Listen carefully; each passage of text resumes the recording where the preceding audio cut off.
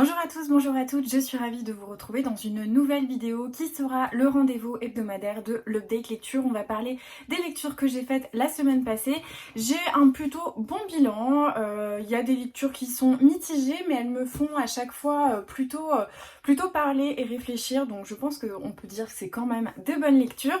Donc j'espère que vous êtes prêts et prêtes et on commence tout de suite. Avant de commencer, vous voyez, le décor est toujours désespérément vide, mais on avance petit à petit, la bibliothèque va enfin arriver. J'espère que vous m'en voudrez pas pour ce fond tristement vide. J'ai commencé la semaine avec la lecture de La légende de Grace Darling de Hazel Gaynor aux éditions Hauteville, qui est présélectionnée pour le Grand Prix du livre historique 2020, donc organisé par les éditions Hauteville. Dans ce roman, on va suivre plusieurs personnages sur plusieurs décennies. En fait, on suit Grace Darling, qui est la fille en fait d'un garde d'un phare en fait. Et un beau jour, il va y avoir une horrible tempête et elle va décider avec son père d'aller sauver de la noyade un navire qui a fait naufrage. Et petit à petit, la légende va se bâtir autour de Grace. Elle va devenir vraiment une légende, la fille qui a sauvé des enfants, des femmes, des hommes de la noyade, alors que son père a évidemment participé et tout ça, et ça va prendre de l'ampleur, et on suit également sa relation avec Sarah, une femme qui a perdu du coup ses enfants dans le naufrage, et petit à petit, eh bien, les deux femmes vont garder contact, et on suit également le destin de Mathilda, donc un siècle plus tard, c'est ça, en 1938 je crois, qui part en fait s'isoler aux États-Unis puisque elle a été mise enceinte par un soldat britannique qui était dans son village. Donc forcément sa mère l'a fait cacher un peu pour ne pas faire jaser et tout ça. Et donc elle est recueillie aux États-Unis par une gardienne de phare qui s'appelle Harriet et qui a l'air un peu bourrue, un petit peu particulière. Et en fait, toutes les histoires vont être un petit peu liées d'une manière ou d'une autre, et on va apprendre petit à petit ce qui se passe, on va suivre un petit peu toutes ces femmes. C'est une lecture qui a été assez mitigée parce que il y a certains trucs que j'ai vu venir, et je crois qu'il m'a manqué en fait quelque chose déjà du point de vue de la narration, parce que c'était raconté, c'était écrit au présent, et moi j'ai un petit peu du mal avec lorsque la narration est au présent. Je sais pas pourquoi, mais tout de suite ça met une distance. J'ai pas vraiment l'impression qu'on me raconte quelque chose. Je sais pas comment expliquer, mais c'est jamais mes bouquins préférés quand c'est écrit au présent. Donc là ça m'a pas manqué. Je tiquais beaucoup en fait sur la narration. Alors j'ai pas forcément eu d'attachement pour les personnages, mais j'ai trouvé quand même qu'il y avait des belles valeurs dans ce roman, parce que le féminin est très fort, il est vraiment mis sur une place hyper importante, et je trouve que les personnages avaient aussi de bonnes personnalités qui étaient, alors pas forcément développées, mais en tout cas qui étaient construites en amont. On sentait que l'autrice a eu le temps et a bien forgé l'histoire, le passé, le présent, les craintes des personnages, parce que c'était vraiment solide en fait, la construction des personnages, leurs peurs, leurs craintes et tout ça. J'ai bien aimé aussi qu'on n'ait pas comme dans parfois les livres avec une alternance passé-présent comme ça de temporalité. J'ai bien aimé en fait que les histoires étaient assez équilibrées. Je trouvais que même si celle un peu plus récente, donc en 1938, était moins captivante que l'histoire de la légende de Grace Darling, j'ai trouvé quand même que ça a été bien étoffé. Il n'y avait pas de déséquilibre entre les deux histoires, mais il m'a quand même manqué un petit truc, malgré le fait que je l'ai lu assez rapidement. J'ai été vachement bien portée par l'histoire. C'était chouette, mais ça m'a pas laissé un souvenir impérissable, et je sais pas ce qui m'a manqué. Peut-être déjà qu'il soit un petit peu plus long. Moi c'est un truc que vraiment je trouve chez Hauteville, il pourrait avoir des romans historiques un petit peu plus longs, parce que même au niveau des thrillers, je sais que j'avais déjà eu cette réflexion là quand j'avais commencé à lire leur livre de suspense et tout ça. Je trouve qu'ils mériteraient d'être un petit peu plus longs parfois pour être plus étoffés, plus étayés, plus solide dans la construction. Peut-être que là, s'il avait été plus long, qu'il avait une centaine de pages de plus, parce qu'il était assez court, il faisait voilà, à peine 400 pages. J'aurais bien aimé en fait peut-être qu'on développe un peu plus, mais c'était quand même une super chouette histoire et j'ai beaucoup aimé en fait la construction autour enfin, du point central, donc les gardiens de phare. C'était super intéressant parce qu'en plus de ça on apprenait quand même des choses et j'aimais bien en fait ce climat, ces tempêtes, ce phare, le fait d'aller se relever plusieurs fois dans la nuit comme ça pour faire les relevés, enfin j'ai bien aimé, mais il m'a manqué un petit truc. J'ai enchaîné avec une autre lecture pour le prix du livre historique des éditions Hauteville et c'est Miss Austen par Guy Hornby et c'était une lecture plutôt cool mais encore une fois j'ai pas été transcendée par cette lecture. Je pense que j'en attendais beaucoup parce que forcément on était dans l'entourage de Jane Austen puisque en mêlant un petit peu fiction et biographie on suit Cassandra, donc la sœur de Jane qui a désormais 80 ans et qui est un petit peu en charge de la postérité de Jane Austen, de ce qui peut être publié à son sujet, tout ça. Et elle se rend chez la fille de Eliza Fowle, qui était une grande amie des Austen et notamment de Jane, avec qui elle a entretenu une correspondance assez régulière. Et en fait, elle va là-bas puisque Eliza est décédée, son mari aussi, et donc sa fille Isabella vide la maison et Cassandra veut y aller pour récupérer éventuellement les lettres et la correspondance de Jane pour éviter en fait que les lettres ne tombent dans de mauvaises mains, qu'elles soient utilisées, publiées, détournées, et que le propos soit changé. Donc voilà, elle veut surveiller un petit peu tout ça, sachant que dans la vie de Jane et de Cassandra, il y a eu pas mal de choses. On suit du coup le destin aussi de Cassandra, qui était assez triste puisque son fiancé est décédé et elle a fait la promesse de ne jamais se remarier.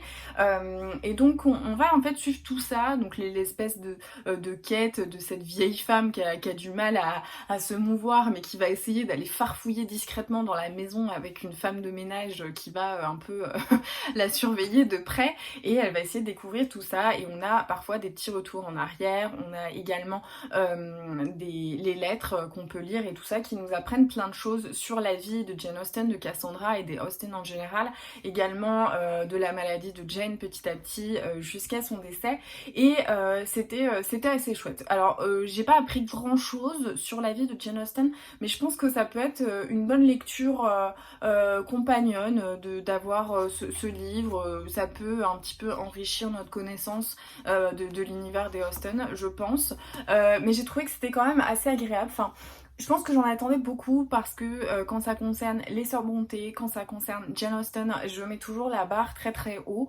Je sais que j'ai toujours beaucoup d'attentes parce que c'est un univers que j'adore. Cela étant, c'est une bonne lecture si on a envie d'être dans ce moule sans avoir, la crainte de buter un petit peu sur le classique. Moi je sais que des fois, j'ai cette crainte, alors qui est souvent balayée d'un revers de main à chaque fois que je commence, mais j'ai toujours une petite crainte avant de prendre comme ça un classique du 19e en me disant est-ce que ça va être fluide, est-ce que c'est le bon moment de lire ça, est-ce que voilà je vais y arriver, est-ce que ça va être limpide, et j'ai toujours un petit peu cette crainte de quelque chose de lourd, d'assez difficilement accessible. Alors souvent c'est pas du tout le cas et je rentre dedans extrêmement fascinant, mais quand même j'ai toujours un petit peu cette crainte, donc je pense que celui-ci il peut être très bien si on a envie d'être dans l'époque pré-victorienne de Jane Austen, d'être un peu dans cet entourage, de suivre un petit peu les coulisses de l'écriture d'Orgueil et Préjugés qui à l'époque était appelée Premières Impressions et tout ça, et ben je pense que ça peut être une super lecture, voilà. Ça fera pas office d'un Jane Austen, c'est sûr, mais on est un petit peu dans ce goût-là et je trouve que c'est très agréable. Moi j'étais contente de lire, voilà, ça n'a pas été un énorme coup de cœur, je vais pas vous dire c'était incroyable, mais j'ai passé quand même un bon moment de lecture et j'ai bien aimé, voilà, j'ai bien aimé, alors sans plus, mais c'est un bouquin que je vais garder et que voilà, je prêterai avec plaisir et peut-être que je le relirai un jour, mais c'était bien divertissant et ça a fait son job et voilà. Ensuite, j'ai poursuivi ma semaine de lecture avec L'Enfant de l'étranger de Alan Hollingers, publié aux éditions Le Livre de Poche. Et c'est une lecture assez particulière, là encore, où j'ai un avis qui est plutôt mitigé, mais positif. Et je pense encore une fois que ça ne sera pas un roman pour tout le monde. En fait, on commence en 1918 et l'histoire va s'étirer sur un siècle avec plein de personnages, vraiment un millefeuille de personnages, mais qui vont tous être liés et qui vont graviter autour du personnage un peu central de ce roman, qui est Cécile Valence, qui était un jeune homme qui étudiait, je crois, à Oxford et qui a été un grand poète, alors notamment à titre posthume, qui est mort à la guerre. Et donc on commence l'histoire comme ça avec Cécile qui est invitée chez son ami Georges, qui l'a introduit dans une société un peu secrète de l'université et avec qui il entretient une relation un petit peu amoureuse, voilà, c'est un peu son amant, se dit très vite, hein, donc c'est pas du tout un spoil. Et puis il va un petit peu également essayer de séduire Daphné, la sœur de Georges, et on sent en fait déjà que c'est un personnage très fort qui va marquer tous les gens qui vont croiser sa route.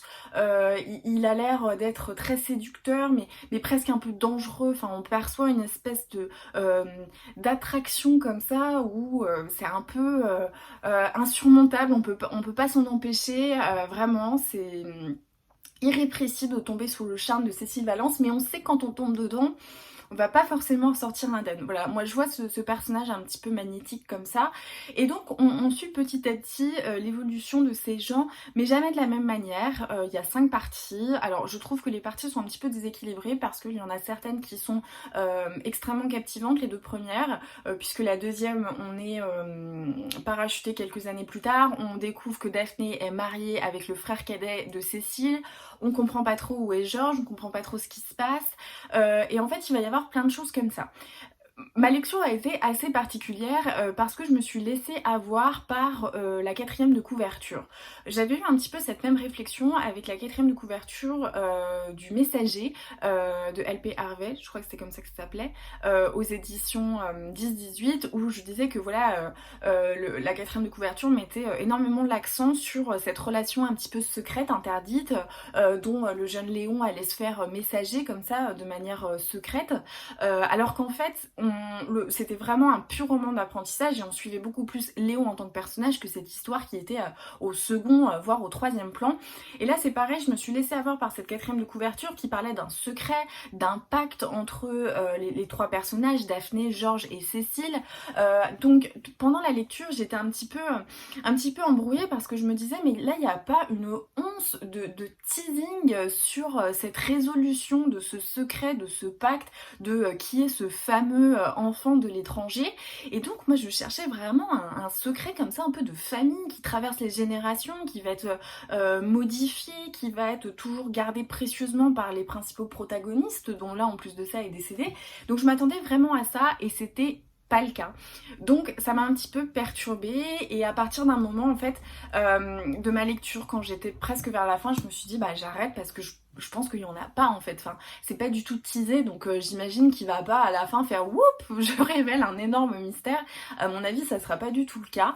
Et donc là j'ai commencé à vraiment apprécier le roman pour ce qu'il était, c'est-à-dire une description de ce que peut être l'humain, des secrets, des hypocrisies, des recherches, des relations humaines. On parle beaucoup d'homosexualité, puis c'est hyper intéressant parce qu'on commence en 1918 où c'est extrêmement tabou, puis à la fin en 2008 je crois où on parle un peu du Pax, où les relations homosexuelles sont révélées, alors c'est un peu des secrets de polichinelle qui n'en deviennent plus du tout, et donc on voit en fait voilà autour de Cécile Valence tout ça. On va suivre à la fin un autre personnage, Paul, qui va vouloir un peu faire la bibliographie de Cécile, et il va aller interroger ces personnages qui ont vieilli, qui sont devenus un peu différents, et en fait pour moi c'est plus un roman voilà sur cette société pseudo-aristocratique, puisque certains le sont, certains ne le sont pas, sur ces milieux littéraires, d'intellectuels, sur bah voilà toutes ces relations. Enfin c'est hyper intéressant parce que l'homosexualité est voilà assez présente, j'ai trouvé, mais j'ai bien aimé en fait son traitement parce que il était parfois c'était pas du tout premier degré en fait, donc ça c'était hyper intéressant. Je préfère toujours quand c'est pas du tout au premier degré, et voilà. Mais c'est une grosse brique hein, qui fait 700 pages, donc je pense qu'il faut pas se dire je vais lire un roman avec un secret qui va traverser les générations comme ça, découvrir qui est l'enfant de l'étranger. En fait, il y a plein de choses comme ça qu'on va en prendre de manière très implicite, il n'y a pas vraiment de révélation, il faut être assez attentif, mais en même temps, on se laisse porter par l'histoire parce que la narration et la plume de l'auteur est vraiment très très belle. Moi j'ai beaucoup aimé, j'ai trouvé que c'était un véritable conteur où on se laissait amener comme ça dans l'histoire. J'ai trouvé que la traduction était vraiment incroyable. Alors je n'ai jamais lu Alan Olinghurst en VO, mais en tout cas je trouvais qu'au niveau de cette traduction, j'avais l'impression que c'était un auteur francophone que je lisais et que je découvrais. J'avais pas vraiment l'impression de buter et c'était très très beau en fait la manière dont c'était traduit. Donc je pense que c'est une grande fresque à lire, à découvrir sur la nature humaine, sur les relations entre les gens qui évoluent au fil des années, des époques, sur des gens qui s'immiscent, qui veulent découvrir sur ces milieux des écrivains, mais c'est pas un roman à proprement parler sur un secret d'histoire, de famille et tout ça. Donc j'ai été un petit peu perplexe au début parce que c'est pas du tout ce à quoi je m'attendais, mais je trouve quand même que c'est un roman qui a des qualités, qui est vraiment assez passionnant. Il se passe pas grand chose, hein, il faut le reconnaître, mais moi j'aime bien ces choses-là. Je pense que c'est un petit peu comme par exemple Les Optimistes de Rebecca Makkai, quand je disais voilà c'est pas pour tout le monde parce que c'est lent, parce qu'il n'y a pas un fil conducteur où on se dit il y a un point de départ d'une intrigue, un teasing et puis une révélation. On n'est pas du tout dans ce cas de figure, mais moi pour autant j'aime bien parce que je me laisse porter par voilà, la découverte des tares, des qualités, des choses qui évoluent chez les personnages, de la nature humaine, de l'évolution des relations, de toutes ces choses-là et ça me va en fait parce que c'est porté par une belle écriture et par l'histoire aussi en fond, hein, parce qu'on a les guerres et tout ça, donc ouais, c'est pas ce à quoi je m'attendais, ça m'a longtemps laissé perplexe, mais il me reste quand même un sentiment assez positif, donc c'est pas pour tout le monde, mais je pense qu'il vaut la curiosité de découvrir Alan Olinghurst. J'ai terminé la semaine avec un Romain Gary, puisque je relis Romain Gary dans l'ordre de parution, et donc après Éducation européenne, c'était Tulip qui est sorti en 1946, il est très très court, il fait 162 pages, et c'est un roman qui est un peu particulier. Je saurais pas vous dire si j'ai aimé ou pas aimé. Je pense qu'on n'est pas du tout en fait dans ce genre d'évaluation. Pour moi il était très intéressant parce que je pense, alors je n'ai pas lu Le Grand Vestiaire qui vient juste après et ensuite on a La Promesse de l'Aube, mais pour moi il est assez révélateur de l'état d'esprit de Romain Gary en 1946. Alors c'est un roman où on suit Tulip qui est un rescapé de camp qui vit à New York, à Harlem, et on sent que c'est quelqu'un qui est extrêmement traumatisé, qui a du mal à se sortir la tête des camps et qui a d'autant plus de mal à accepter que le monde revienne à la normale après les atrocités qu'il y a eu et qui va petit à petit se lancer dans une grève de la faim jusqu'à devenir un peu le Mahatma blanc. Alors c'est un roman qui peut choquer à notre ère contemporaine puisque le mot nègre est utilisé beaucoup de fois et le mot nègre il va concerner autant les juifs que les noirs, que les immigrés européens. Enfin vraiment c'est un terme un peu générique où il a mis tout le monde dedans. Donc voilà, petit disclaimer, je pense que ça peut-être choquer. Il y a beaucoup le mot nègre. Donc voilà, ça c'est une des principales choses à dire avant parce que j'ai conscience que ça peut voilà, ça peut choquer et ça peut être très déstabilisant. Donc il faut le savoir si on n'a pas forcément envie d'acheter cette œuvre-là, je le comprendrais. Et en fait voilà, on suit donc tous ces gens qui sont un petit peu perdus, qui sont arrivés aux États-Unis, qui émigrent, qui ont vraiment souffert. Il faut quand même rappeler que Romain Gary, c'est quand même un incroyable traumatisé de la guerre. Enfin, je pense qu'il s'en est jamais vraiment sorti. En 46, il termine la guerre, sa mère est décédée. Ce qui explique ce livre qui est assez confus, très déséquilibré, avec des parties où on est captivé et d'autres où on ne comprend pas ce qui se passe. Donc Tulip voilà va se lancer dans une grève de la faim et en fait ces discours sont extrêmement confus, extrêmement absurdes parfois, mais il reste quand même quelque chose, cette idée de civilisation. On parle beaucoup de la civilisation, de ce qu'elle est, on parle de l'humain, en fait c'est vraiment un homme qui est perturbé, autant que pouvait l'être Gary après la guerre je pense, et il va essayer de faire changer les choses, mais voilà, c'est très absurde en fait, parce que après ça dégénère, mais c'est presque drôle, hein. Moi sur la fin c'est vrai que ça me faisait un peu rire, parce que c'était hyper absurde et voilà, j'aimais beaucoup. Mais voilà, on parle de tout ça, que les civilisations voilà, n'ont pas d'avenir, pas de présent, et qu'il y a eu trop de dérives, et en fait c'est un peu... c'est presque nihiliste dans le propos, et on sent en fait Gary qui est complètement paumé après la guerre, donc c'est un roman qui est confus, qui est brouillon, mais qui s'analyse assez bien avec l'écho en fait après éducation européenne, parce que dans l'éducation européenne il y avait, je trouve, une prise de conscience de la guerre, des cicatrices que ça allait laisser sur cette génération de survivants qui avaient connu ça en Europe. Et là, je trouve qu'on a un peu l'après-éducation européenne, où on voit ce que cette éducation européenne a fait sur les civilisations, et ce besoin en fait de tout annuler avec cette grève de la faim, avec ce nihilisme, avec comment dire, ce besoin de voilà de la grève de la faim, de ne pas accepter que le monde reparte en fait, parce qu'il se passait mais trop de choses. Comment on peut repartir après les camps et tout ça? Mais c'est brouillon, c'est confus, et je pense que c'est à l'image de ce que peut être le propos d'après-guerre, c'est-à-dire l'envie de repartir, l'espoir de reconstruire quelque chose de positif dans l'humanité, et en même temps les cicatrices internes qui sont tellement profondes que comment on peut vivre après tout ça. Donc je le comprends ce roman, je vais pas dire que c'était une lecture waouh, géniale, etc.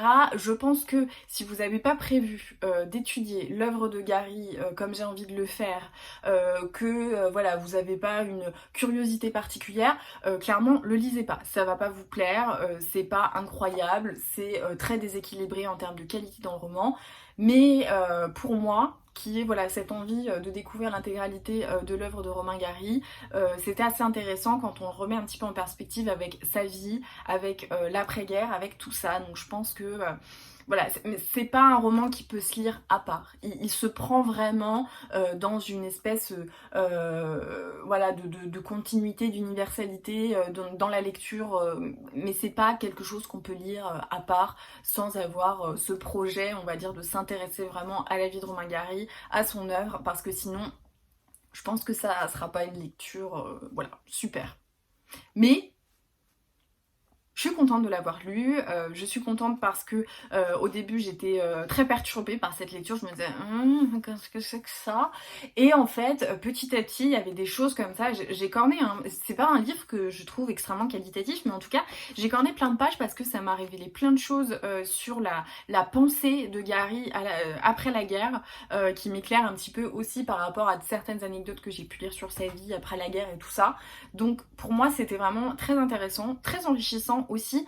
Je trouve que j'aime bien finalement avoir des lectures comme ça qui me font parler, qui me font discuter, où c'est pas premier degré du j'aime ou j'aime pas. Voilà, j'aime bien en fait aller au-delà de ça et essayer de comprendre dans un roman ce que je peux en tirer au-delà d'une espèce d'appréciation générale de divertissement. Là c'était le cas, et j'en ressors assez enrichie. Voilà, c'est tout pour cette vidéo. J'espère que ça vous aura plu et que ça vous aura donné des idées de lecture. N'hésitez pas à me dire dans les commentaires quelles lectures ont attiré votre attention. Franchement c'était une bonne semaine, moi j'ai plutôt apprécié toutes mes lectures, et même si au premier plan je me disais je suis un peu perplexe, bah finalement en y réfléchissant, en les laissant maturer comme ça un petit peu quelques jours, j'en ressors hyper enrichie, et ça c'est vraiment pour moi la magie de la lecture. Donc j'espère que cette vidéo vous aura plu et que bah voilà, ça vous aura donné une curiosité pour certains ouvrages que je vous ai présentés. En attendant, comme toujours, merci d'avoir regardé cette vidéo, n'oubliez pas de me laisser un petit pouce, un commentaire et de partager cette vidéo sur les réseaux sociaux, notamment en story sur Instagram, ça m'aide énormément, vous pouvez pas savoir à quel point. Donc merci pour celles et ceux qui le font à chaque fois, ça me touche beaucoup. En attendant la prochaine vidéo mercredi, je vous souhaite de très bonnes lectures, je vous embrasse et je vous dis à très vite.